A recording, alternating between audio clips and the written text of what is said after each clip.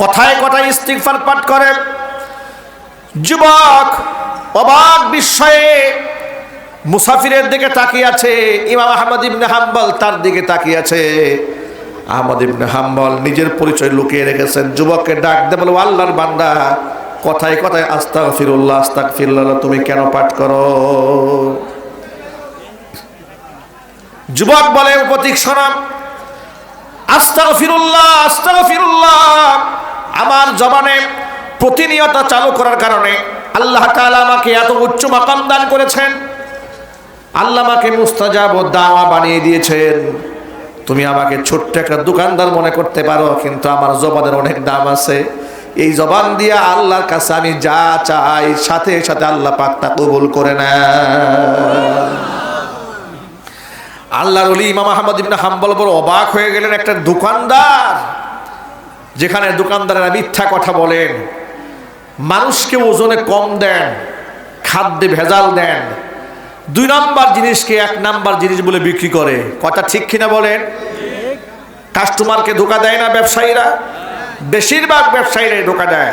এই জন্য নবী করিম সাল্লাল্লাহু আলাইহি ওয়াসাল্লাম বলেছেন, ইউহশারুত তুজ্জারু ফুজ্জারান ইয়াউমাল কিয়ামাহ, কিয়ামতের দিন ব্যবসায়ীদেরকে পাপিষ্ঠদের কাতারে দাঁড় করানো হবে।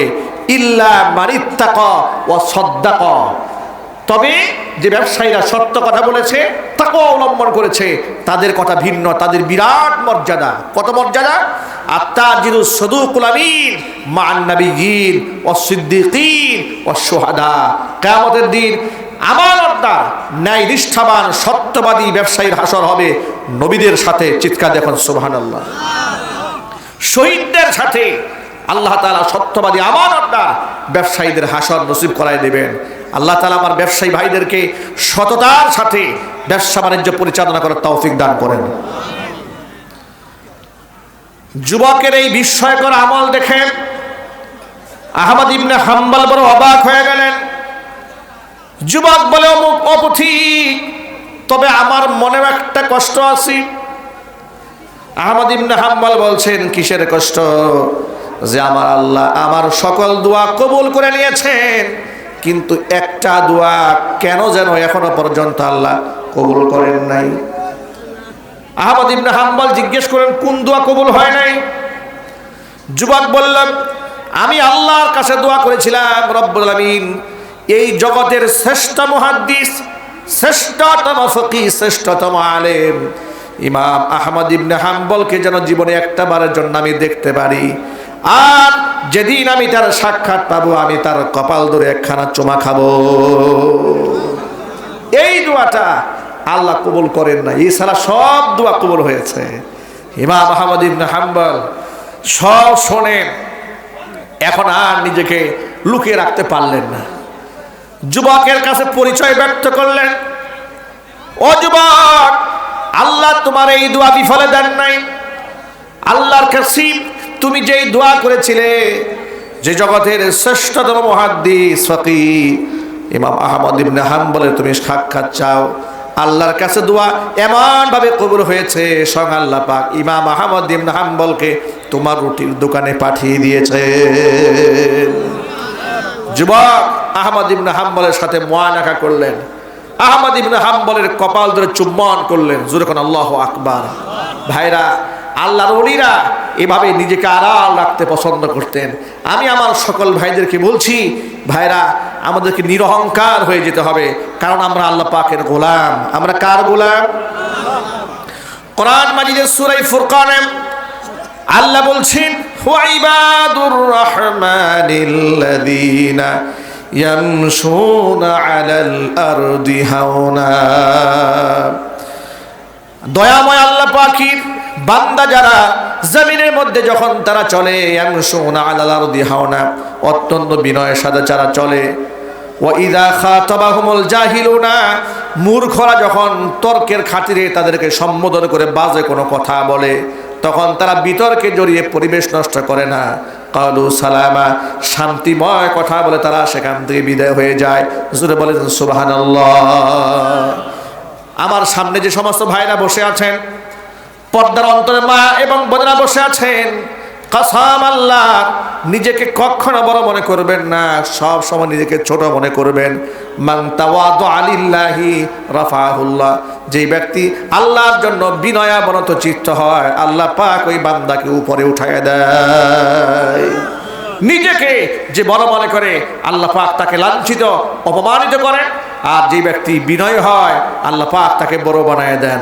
সুতরাং আমার সামনে যারা বসে আছেন, আমরা সকলে আল্লাহ পাকের গোলাম। কার গোলাম ভাই, জুড়ে বলেন তো ভাই? তো গোলাম যারা, তাদের কি অহংকার করার কোনো সুযোগ আছে? কিন্তু এই অহংকার তো আমাদেরকে পেয়ে বসেছে।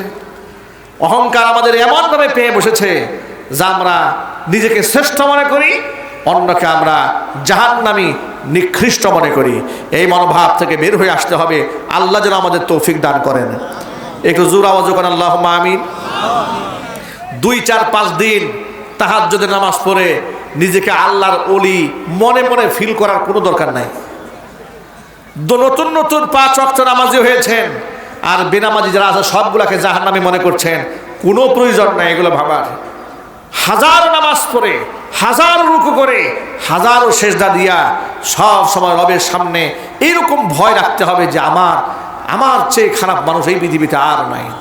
ওমরে ফারুক রাদিয়াল্লাহু তাআলা আনহু বলেছেন, এমন কোনো ঘোষণা যদি আসে পৃথিবীর সবগুলা মানুষ জাহান্নামে যাবে, একটি মানুষ জান্নাতে যাবে, আমি আল্লাহর রহমত এত আশা করি, আমার মনে চাবে তখন আমি মনে করব সব মানুষ জাহান্নামে গেলে আল্লাহর রহমতে আমি ওমর জান্নাতে যাব। আবার যদি এমন কোন ঘোষণা আসে পৃথিবীর সব মানুষ জান্নাতে যাবে, একজন ব্যক্তি জাহান্নামে যাবে, আমি আল্লাহর শাস্তিকে এতটা ভয় করি, আমার ভয় হয় সমস্ত মানুষ জান্নাতি হলেও ওই জাহান্নামী লোকটা নাকি আমি ওমর হয়ে যাই। এই জন্য হুজুর বলেছেন, আল ঈমান বাইনাল খাউফি ওয়ার রাজাই, ঈমান হচ্ছে ভয় এবং আশার মধ্যবর্তী অবস্থার নাম। নিজেকে মনে করতে হবে যে আমি গুনাহগার, আল্লাহ আমাকে ছাড়বে না, আমাকে যদি হিসাব নেওয়া শুরু হয়, আবার আল্লাহর রহমত থেকে বঞ্চিত হওয়া যাবে না। আমি নিশ্চিত আমার আল্লাহ আমাকে দয়া করে ইনশাল্লাহ অবশ্যই জান্নাত দেবেন। ঠিক কিনা ভাই? আমরা আমল দিয়া কেউ জান্নাতে যেতে পারবো না। নামাজ দিয়ে, রোজা দিয়ে, হজ দিয়ে, যাকাত দিয়ে বেহেশতে যেতে পারবো না, বেহেশত কিনতেও পারবো না, তবে আমল দিয়ে আল্লাহর দয়া কিনতে পারবে ইনশাল্লাহ। ঠিক কিনা ভাই? আল্লাহর দয়া ছাড়া জান্নাতে যাওয়া যাবে? সুতরাং আজকের পর থেকে যত ভাইরা এখানে এসছেন, সকল ভাইদের প্রতি উদাত্ত আহ্বান জানায়, আল্লাহর গুলামি আর আল্লাহর সামনে বিনয়াবরত চিত্ত হওয়ার সবচাইতে বড় মাধ্যম হচ্ছে নামাজ। এই নামাজ নিয়ে বান্দাদের কোনো অবহেলা চলবে না। আজকে বাংলাদেশে যে চিত্র দাঁড়িয়েছে, আপনি দেখেন, স্বৈরাচারের পতন হলো, পতন হওয়া মাত্র উচিত ছিল বাংলাদেশে কোনো প্রকারের চাঁদাবাজি চলবে না, চাঁদাবাজি হবে না, কিন্তু তাই কি হয়েছে? একটু জোরে বলেন ভাই। চাঁদাবাজ আছে না নাই? সেই আগের মতো ফেস্টুন এখনো আছে, সেই আগের মতো চাঁদাবাজি এখনো চলে। ট্রাকে চাঁদাবাজি চলছে, ব্যবসা প্রতিষ্ঠানে চাঁদাবাজি চলছে, মিল কলকারখানা চাঁদাবাজি চলছে। শুধু নামের পরিবর্তন হয়েছে, ব্যক্তির পরিবর্তন সাধিত হয়েছে। সুতরাং গোটা জাতিগতভাবে যদি আমরা সংশোধনী আনতে চাই, তাহলে নামাজ ভিত্তিক একটি জাতি তৈরি করতে হবে। আমরা সকলকে আজকের পর থেকে 5 ওয়াক্ত নামাজি হতে পারবো ইনশাল্লাহ? কারা কারা পারবেন হাত দেখতে চাই। আল্লাহ সকলকে 5 ওয়াক্ত নামাজি বানাও দাও, জোরে কোন আমিন। ঈমানের পথে অবিচল থেকে আমার মরণ যেন হয়, ঈমানের পথে অবিচল থেকে আমার মরণ যেন হয়। তোমারই কাছে মিনতি আমার, তোমারই কাছে মিনতি আমার, মহামহিম দয়াময়। ঈমানের পথে অবিচল থেকে আমার মরণ যেন হয় ঈমানের পথে অবিচল থেকে, আমার মরণ যেন হয়। সকলে জোরে করে আমিন। ভাইরা আমার, অসংখ্য মায়েরা বোনেরা আমাদের বয়ান শুনতে পাচ্ছেন। মা বোনদের জন্য আমাদের সর্বশেষ বার্তা হচ্ছে, প্রিয় মায়েরা বোনেরা,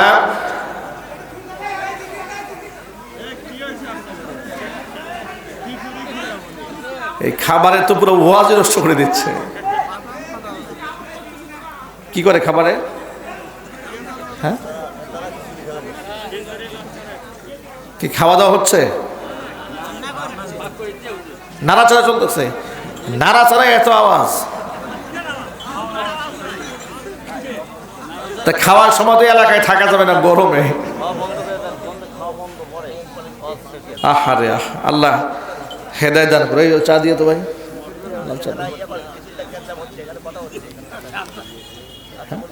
বলে দিচ্ছেন একটু বলে না, এত চিৎকার করার দরকার নেই তো। খিচুড়ি রান্না করতে এত চিৎকার দেয়, শুনি নাই কোনো দিন।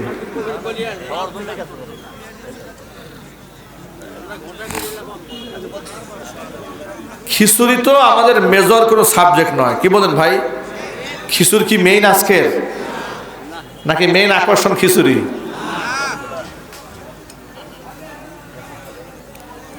আল্লাহ আমাদের হেদায়েত দান করে, জোরে করে আমিন। নামাজ এটা মুসলমানদের পরিচয়, আইডি কার্ড, জাতীয়তা। আমরা যেমন বাংলাদেশে বসবাস করি, আমাদের একটা ন্যাশনালিটি আছে, আইডি কার্ড আছে, আইডেন্টিটি আছে, জাতিসত্তা আছে, একটা পরিচয় আছে না আছে? আবার নামাজ পড়েও কিছু লোকেরা জাহান্নামে যাবে। বেনামাজি যারা, তারা জাহান্নামে যাবে। এটা লেখা আছে সূরা মুদ্দাসসিরে, মা সালাকাকুম ফি সাকার ক্বালু লাম নাকু মিনাল মুসাল্লিন। যখন এদের বলা হবে কোন জিনিস তোমাদেরকে সাকর নামক জাহান্নামে টেনে আনলো, তারা বলবে লাম নাকু মিনাল মুসাল্লিন, আমরা নামাজ পড়ি নাই, এই জন্য জাহান্নামে এসেছি। আয়াত দ্বারা প্রমাণ হয় বেনামাজি লোকেরা জাহান্নামে যাবে, সাথে সাথে আবার নামাজিরাও জাহান্নামে যাবে, লেখা আছে না নাই? আল্লাহ পাক বলেন, ফাওয়াইলুল লিল মুসাল্লিন আল্লাযীনা হুম আন সালাতিহিম সাহুন আল্লাযীনা হুম ইউরাউন ওয়া ইয়ামনাউনাল মাউন। নামাজের ব্যাপারে উদাসীন, নামাজের ব্যাপারে গাফেল।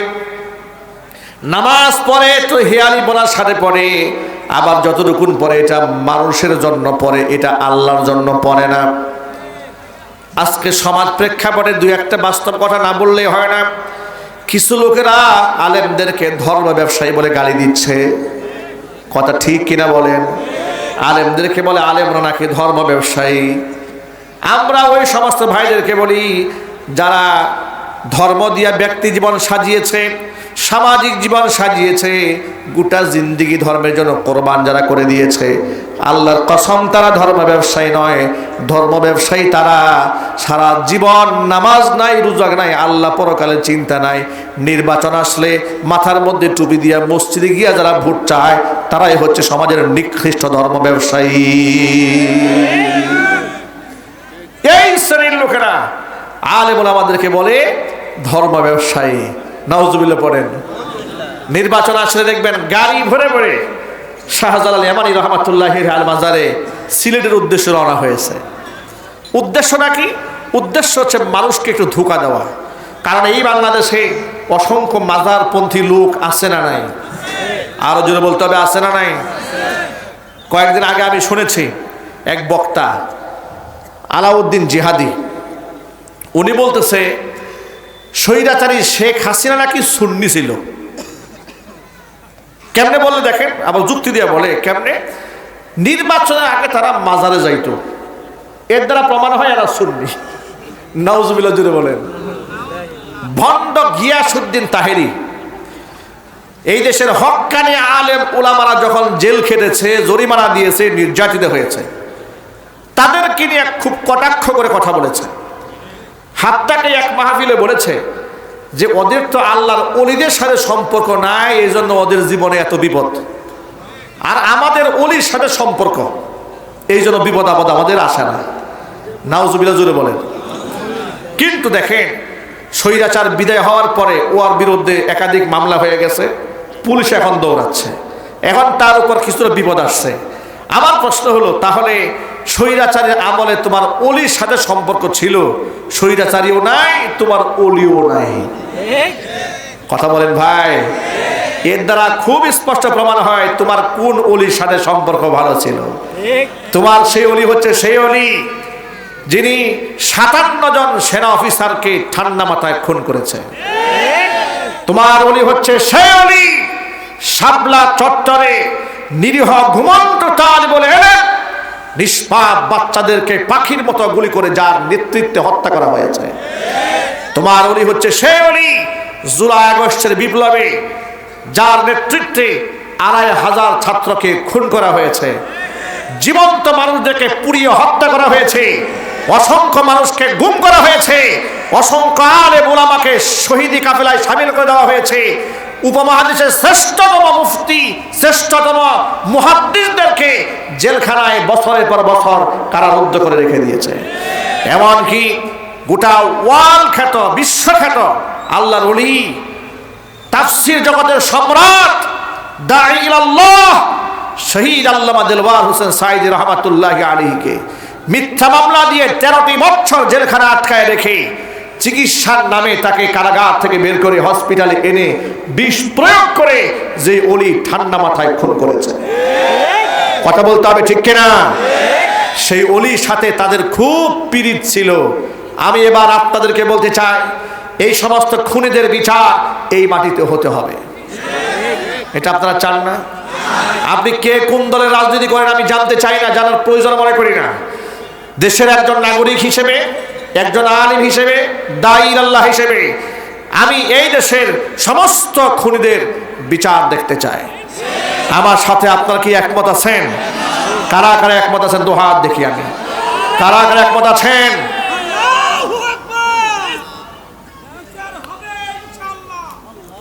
সুতরাং এই ক্ষেত্রে আপনাদের ঐক্যবদ্ধ থাকতে হবে ভাই, ফাটল সৃষ্টি করার সুযোগ নাই। বলেন ইনশাআল্লাহ। আমরা দেখি আজকে ভাঙনের সুর শোনা যায়, একদল আরেক দলকে কটাক্ষ করে বিভক্তির সুর শোনা যায়। এত খুশি হওয়ার কারণ নাই, বিভক্তির সময় আসে নাই, শত্রু চতুর্দিকে দাঁড়ায় আছে। ঠিক কিনা ভাই? আমাদেরকে ঐক্যবদ্ধ হতে হবে। বলেন ইনশাআল্লাহ। ও যুবক ভাইরা আমার, কিয়ামতের ময়দানে 5টা প্রশ্নের সম্মুখীন হওয়ার আগ পর্যন্ত একজন মানুষও এক কদম হাসরের ময়দান থেকে পা সরাতে পারবে না। নবী করিম সাল্লাল্লাহু আলাইহি সাল্লাম বলেছেন, লা তাজালু কদামা ইবনি আদম হাত্তা ইউসআলা আন খামসিন। 5টা প্রশ্নের সম্মুখীন হওয়ার আগ পর্যন্ত আদম সন্তান হাসরের ময়দান থেকে পা সরাতে পারবে না। 1 নাম্বার প্রশ্ন, আন উমরিহি ফিমা আফনা, জীবনটা কোন কাজে ব্যয় করেছিল, জবাব দাও। 2 নাম্বার প্রশ্ন হচ্ছে ওয়ান শাবাবিহি ফিমা আবলা, যৌবনকাল কোন কাজে ব্যয় করেছিল, জবাব দাও। 3 নাম্বার প্রশ্ন ওয়ান মালিহি মিম্মা ইকতাসাবা, সম্পদ কোন উৎস থেকে উপার্জন করেছিলে। 4 নাম্বার প্রশ্ন ওয়া ফিমা আনফাকা, উপার্জিত সম্পদ কোন খাতে ব্যয় করেছিল, জবাব দাও। 5 নাম্বার প্রশ্ন ওয়া মাদা আমিলা ফিমা আলিমা, বান্দারে যতটুকু ইলম হাসিল করেছিলে তদ অনুযায়ী তুমি কতটুকু আমল করেছিলে। 1 নাম্বার প্রশ্ন জীবন সম্পর্কে, 2 নাম্বার প্রশ্ন আমার যৌবনকাল সম্পর্কে। আমার সামনে যে যুবকেরা আছেন, আমি আপনাদের কাছে বলতে চাই, এই যৌবন কি আমাদের সারা জীবন গায়ে থাকবে? আরো জোরে বলেন। এই যে আমাদের সামনে আমাদের বাবার বয়সে, দাদার বয়সে যে মুরব্বীরা বসে আছেন, তারাও কিন্তু এক সময় আমাদের চাইতে শক্তিশালী যুবক ছিলেন, ইয়াং ছিলেন। তাদের হুঙ্কারে কিন্তু এলাকা মানুষ কেঁপে উঠত। ঠিক কিনা বলেন? তারা আজকে বয়োবৃদ্ধ হয়ে গেছে। সুতরাং যৌবনের এই শক্তি, এটা বড় মূল্যবান। যৌবনকালের ইবাদত আল্লাহর কাছে বড় দামি। এই জন্য নবীজি বলেছেন, সাবাতুন ইউজিল্লুহুমুল্লাহু ফি জিল্লিহি ইয়াওমা লা জিল্লা ইল্লা জিল্লুহু ইমামুন আদিলুন ওয়া শাবুন নাশাআ ফি ইবাদাতিল্লাহ। 7 শ্রেণীর মানুষকে আল্লাহ তাআলা আরশের ছায়ার তলে স্থান দিবেন। এর মধ্যে 1 নাম্বার হচ্ছে ন্যায়পরায়ণ বাদশাকে আল্লাহ তাআলা আরশের ছায়ার তলে স্থান দিবেন। 2 নাম্বার হচ্ছে ওই যুবক, যে যুবক তারা যৌবনকাল আল্লাহর বন্দিগিতে কাটিয়ে দিয়েছে। জোরে জোরে বলেন সুবহানাল্লাহ। ও যুবক ভাইরা আমার, এই সময় জামাতের সাথে মসজিদে গিয়ে নামাজ আদায় করা আমাদের দ্বারা সম্ভব হয়, ঠান্ডা পানি দিয়ে ওযু করাটা সম্ভব হয়। একটা সময় আসবে বিছানায় শুয়ে শুয়ে মনে চাবে একটু তাহাজ্জুদের নামাজ পড়তে, কিন্তু গায়ের শক্তিতে কুলাবে না। মনে চাবে জামাতে গিয়ে শামিল হতে, কিন্তু শক্তিতে কুলাবে না। ওই সময়টা আসার আগে নিজেকে তৈরি করে নেন। হাদিস শরীফে এসেছে, যৌবনকালে তাহাজ্জুদ পড়েছে, বৃদ্ধ বয়সে বিছানায় শুয়ে শুয়ে শুধু আফসোস করেছে, আহারে যৌবনকালে কত নামাজ পড়েছি, কিন্তু বুড়া হয়ে গেলাম, তাহাজ্জুদের নামাজ আজকে পড়তে পারলাম না। আল্লাহ নবী বলেন, আফসোস শুধু মনে মনে করবে, সারা রাতের তাহাজ্জুদের সওয়াব আল্লাহ পাক বান্দার আমলনামায় দান করে দিবে। সুতরাং আমাদেরকে এখন থেকে প্রস্তুত নিয়ে আল্লাহর দাসত্বে নিজেকে আবদ্ধ করে ফেলতে হবে। আল্লাহ যেন কবুল করে, জোরে করে আমিন। আর সেই নামাজটা হিয়ালিপনার সাথে করলে হবে না ভাই। নামাজ পড়তে হবে যেভাবে সাহাবায়ে কেরাম পড়েছেন, যেভাবে নবী করিম সাল্লাল্লাহু আলাইহি ওয়াসাল্লাম পড়েছেন।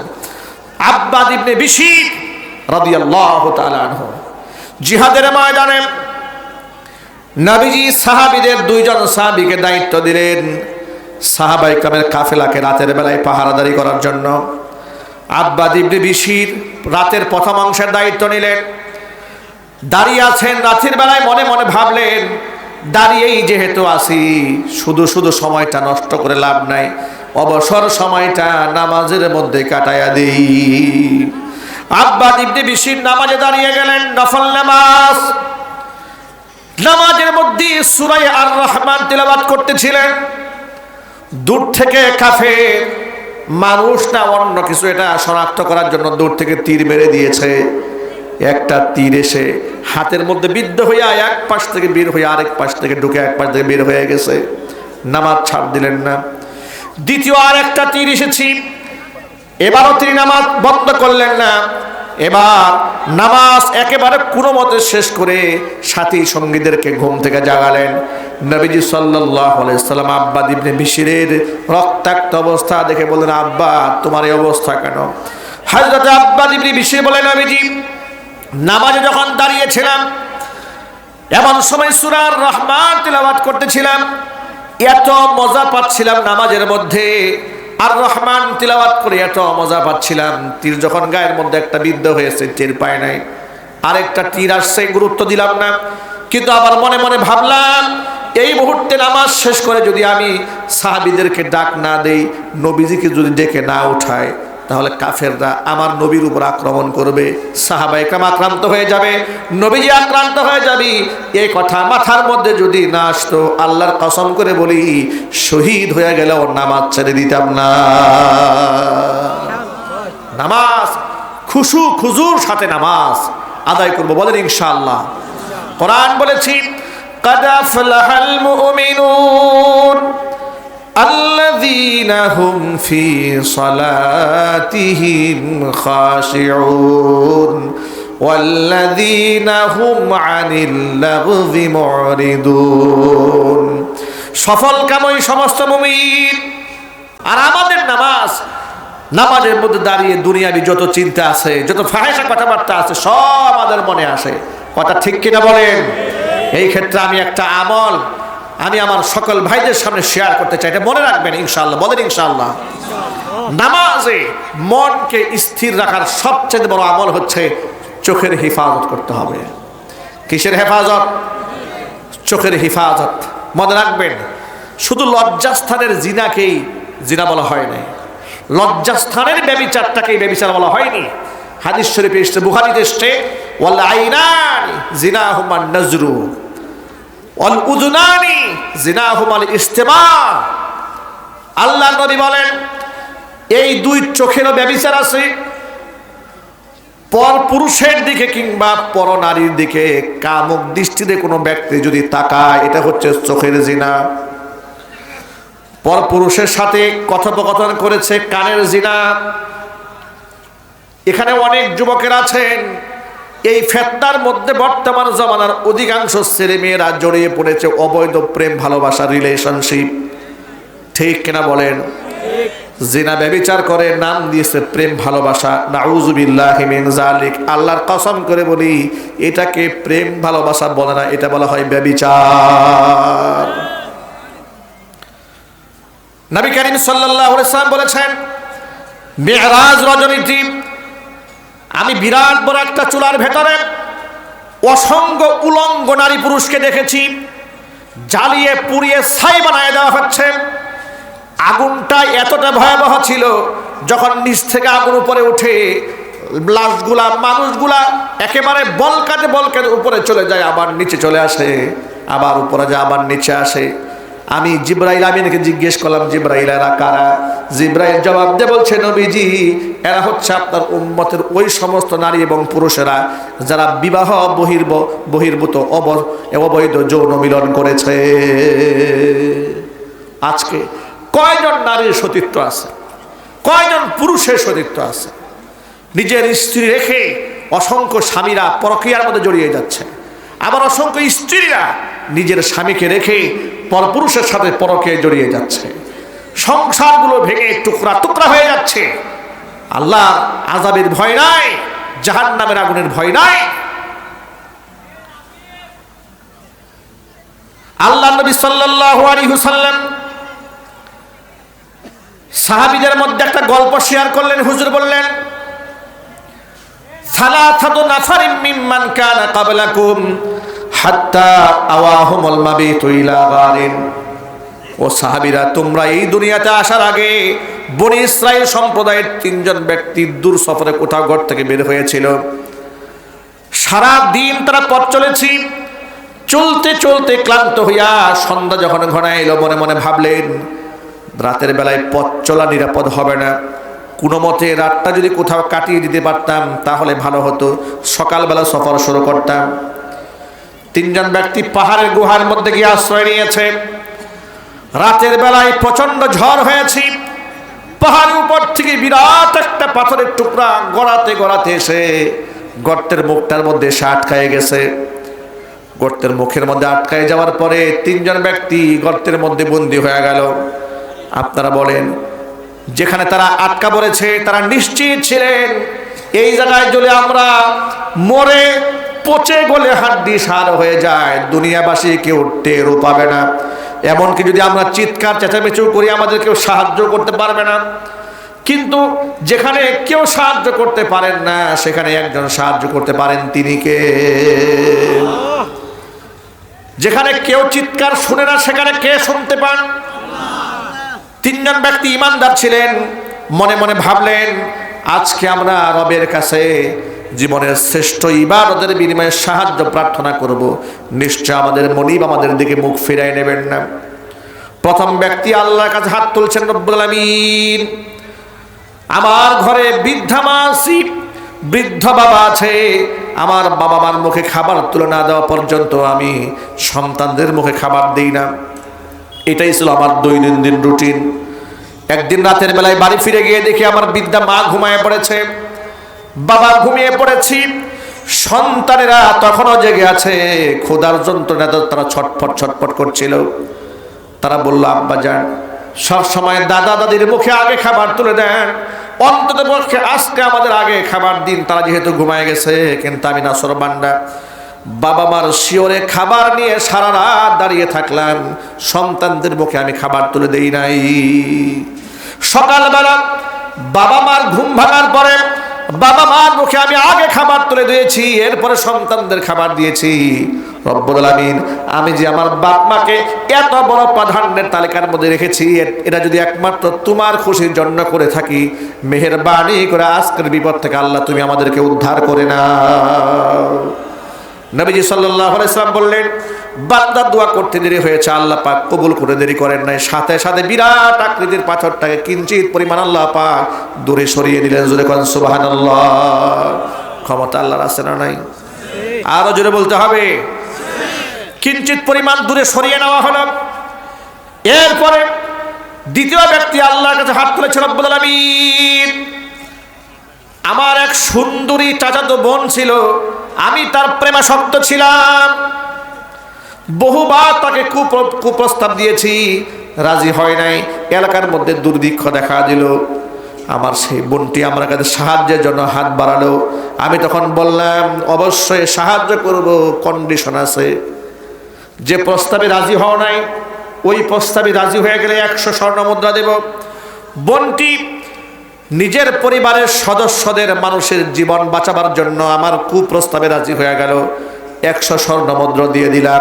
নির্ধারিত সময়ে যখন আমি তার কাছে মিলিত হতে গেছি, আমার বোনটি আমাকে ডাক দিয়ে বলছেন, ভাই আল্লাহকে ভয় করো। সুবহানাল্লাহ। যুবকেরা কান খুলে শোনেন, আমার বোনেরা কান খুলে শুনুন, এই মেয়েটি বলছে ইত্তাকিল্লাহ, ভাই তুমি আল্লাহকে ভয় করো।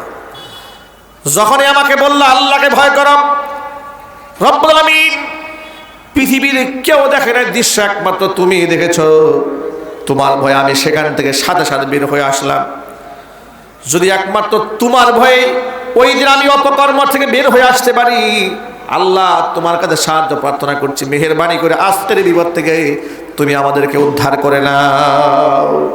নবীজি বললেন, বান্দা দোয়া করতে দেরি হয়েছে, আল্লাহ পাক দোয়া কবুল করতে দেরি করলেন না, সাথে সাথে বিরাট আকৃতির পাথরটাকে কিঞ্চিত পরিমাণ দূরে সরিয়ে নিলেন।